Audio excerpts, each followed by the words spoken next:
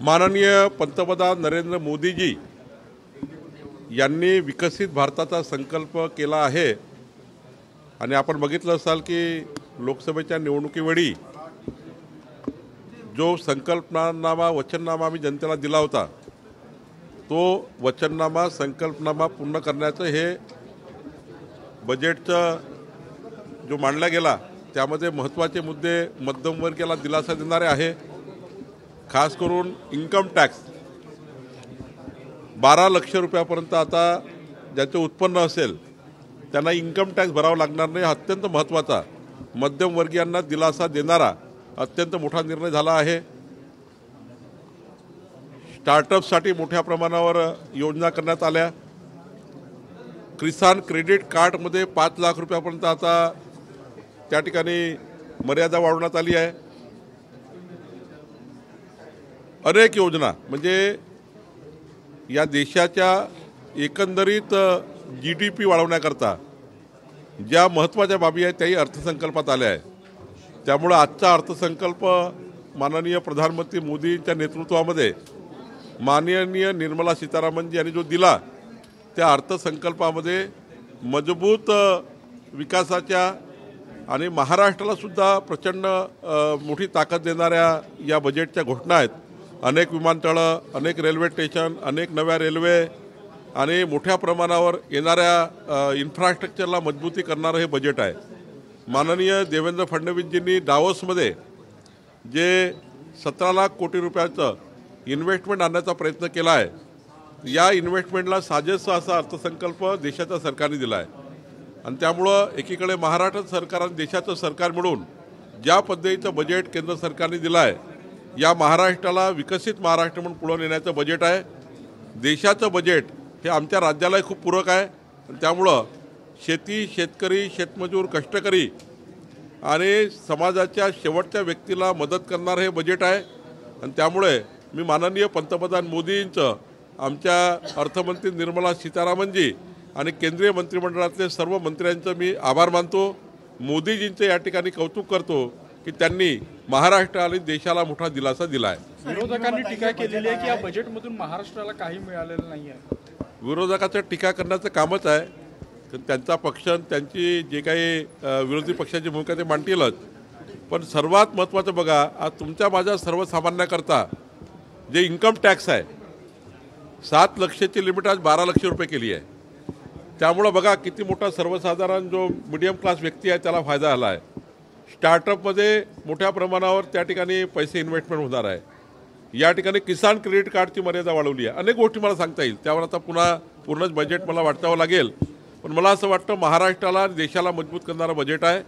मैं माननीय पंतप्रधान नरेंद्र मोदी जी का बहुत बहुत आभार व्यक्त करता हूँ महाराष्ट्र की और देश की जनता की ओर से। माननीय निर्मला सीतारामन जी, इन्होंने जो बजट दिया है ये विकसित भारत का है। विकसित भारत का संकल्प माननीय मोदी जी ने किया है और मोदी जी ने जो संकल्प किया था, जो वचननामा जनता को दिया था चुनाव में लोकसभा के, वो वचननामा पूरा करने का काम हमारी सरकार कर रही है। आज खास बात अगर विचार करें तो हमारा जो मीडियम क्लास व्यक्ति है उसका 7 लाख रुपए का इनकम टैक्स का ऊपर अगर कुछ रहा, 7 लाख की इनकम रहा तो फिर इनकम टैक्स भरना पड़ता है। लेकिन अब तो मोदी जी ने 12 लाख रुपए तक इनकम टैक्स माफ़ कर दिया है। मीडियम क्लास लोगों के लिए बहुत बड़ा ये दिलासा है। आप किसान क्रेडिट कार्ड को लेकर देखेंगे तो किसान क्रेडिट कार्ड की जो ये है लिमिट है वो 5 लाख तक बढ़ा दी है। हमारे स्टार्टअप के लिए बहुत सी योजनाएं हुई है। ये बजट महाराष्ट्र के लिए और देश के लिए बहुत हितकारक है और ये बजट से मजबूत महाराष्ट्र की और मजबूत देश की बात होने वाली है। जिस प्रकार से माननीय देवेंद्र फडणवीस जी ने 17 लाख करोड़ रुपए का इन्वेस्टमेंट महाराष्ट्र में लाया है और देश की सरकार ने जिस प्रकार से सपोर्ट किया है बजट के माध्यम से, निश्चित रूप से हमारी दोनों सरकारें काम करेगी और मैं मोदी जी का और निर्मला जी का बहुत बहुत आभार व्यक्त करता हूँ। एक अच्छा बजट देश के लिए दिया है और चुनाव में किए हुए वायदे माननीय मोदी जी ने पूरा करने का प्रयास किया है। महाविकास आघाडी सरकारच्या काळात देवेंद्र फडणवीस आणि शिंदे यांना मारण्याचा प्रयत्न झाला होता। त्या प्रकरणात SIT ची चौकशी स्थापन झालेली आहे।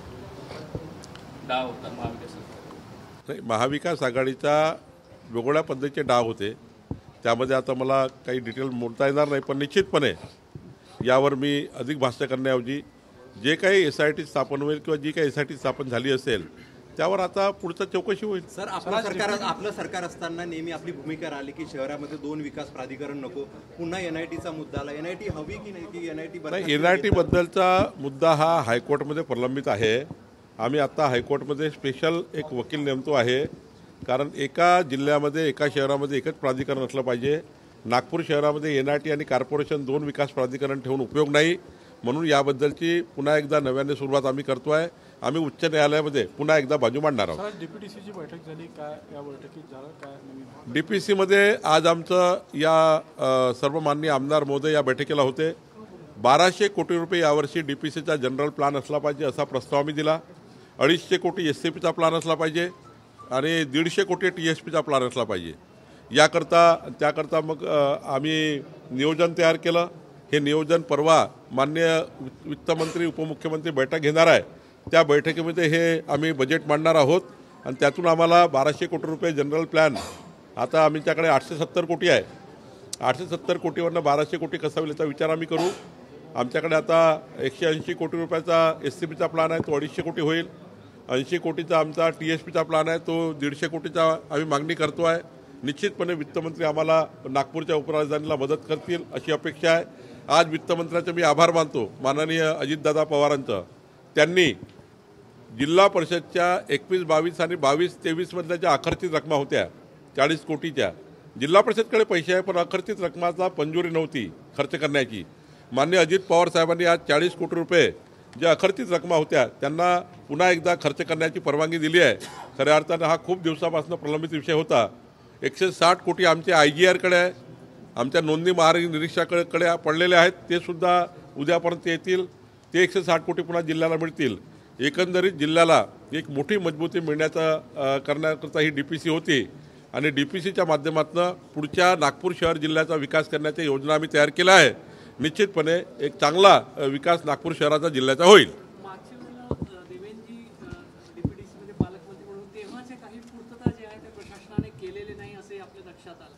हो, ही गोष्ट खरी आहे की अनुपालनामध्ये आमचा DPC कमजोर झाली. आज ज्या पद्धतीचं विधानसभा सदस्यांचं किंवा विधान परिषद मेंबर जे आमचे त्यांनी जे प्रश्न उपस्थित केले होते त्या प्रश्नाचं अनुपालन आमच्या अधिकाऱ्यांनी केलं नाही. कदाचित निवडणुकीच्या काळामुळे ते विसरले असतील, पण मी आज पुन्हा रिव्ह्यू केला आहे. आमच्या सर्व सदस्यांचे जे मुद्दे मांडले होते त्याचं अनुपालन आता आम्ही करणार आहोत.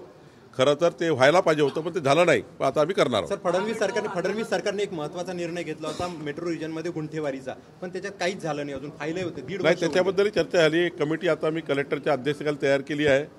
2 प्रकारचं, एक तर सरकारी जागेवर झालेले अतिक्रमण काढून टाकणे आणि एक ज्या जागेवर बांधकामं झाल्या त्या बांधकामांना RL देण्याकरता तातडीने कारवाई करणे. बांधकामांना RL देणे, त्यांचे बांधकामं नियमाकुल करणे याकरता एक समिती आम्ही तयार केली कलेक्टरच्या अध्यक्षतेखाली.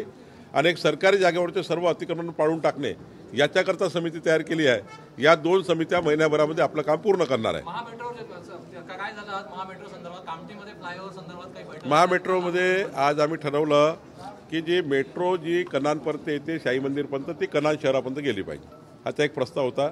आणि दुसरं, कामठी शहरातनं डबल डेकर पूल केला पाहिजे, जेणेकरून कामठीमध्ये जाताना ज्या पद्धतीचं अतिक्रमण आहे किंवा त्या पद्धती ते ट्रॅफिक बरोबर नाही आहे, डबल डेकर पूल केला पाहिजे असा एक प्रस्ताव आहे. या 2ही प्रस्ताव माननीय नितीन गडकरी साहेबांकडे जातील, ते मान्यता देतील तेव्हाच ते मंजूर होतील. आंदोलन काल झालं महामेट्रोमध्ये, आपलेच लोक होते, भाजपचेच लोक होते, शेजारी तुमचे आमदारही उभे आहे. नाही, ते वेगळ्या विषयावर आपण भूमिका मांडाव्या लागतात म्हणून मांडल्या असतील. शेवटी भूमिका मांडाव्याच लागतात. ते कुठलाही डायस असो, आंदोलन असो की सरकारकडे येण्याचा विषय असो, त्यांनी आपल्या भूमिका मांडल्या. सरकार योग्य कारवाई करेल. जल जीवन मिशन में भी बहुत बड़ा भ्रष्टाचार है, ऐसा विधानसभा सदस्यों ने DPC में रखा है. जल जीवन के लिए हमने एक जो टीम बनाई है और आखिरी उसको EOW या एंटी करप्शन में देने का भी हम प्रयास करेंगे. बहुत बड़ा उसमें थोड़ा गैप है पैसे के, इसमें वो चेक कर रहे हैं. महीने भर के अंदर इसमें आउटपुट मिलेगा.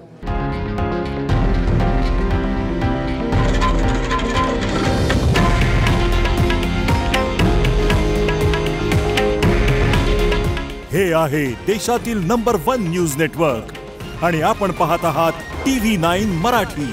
काळजी तुमची, हित महाराष्ट्राचं.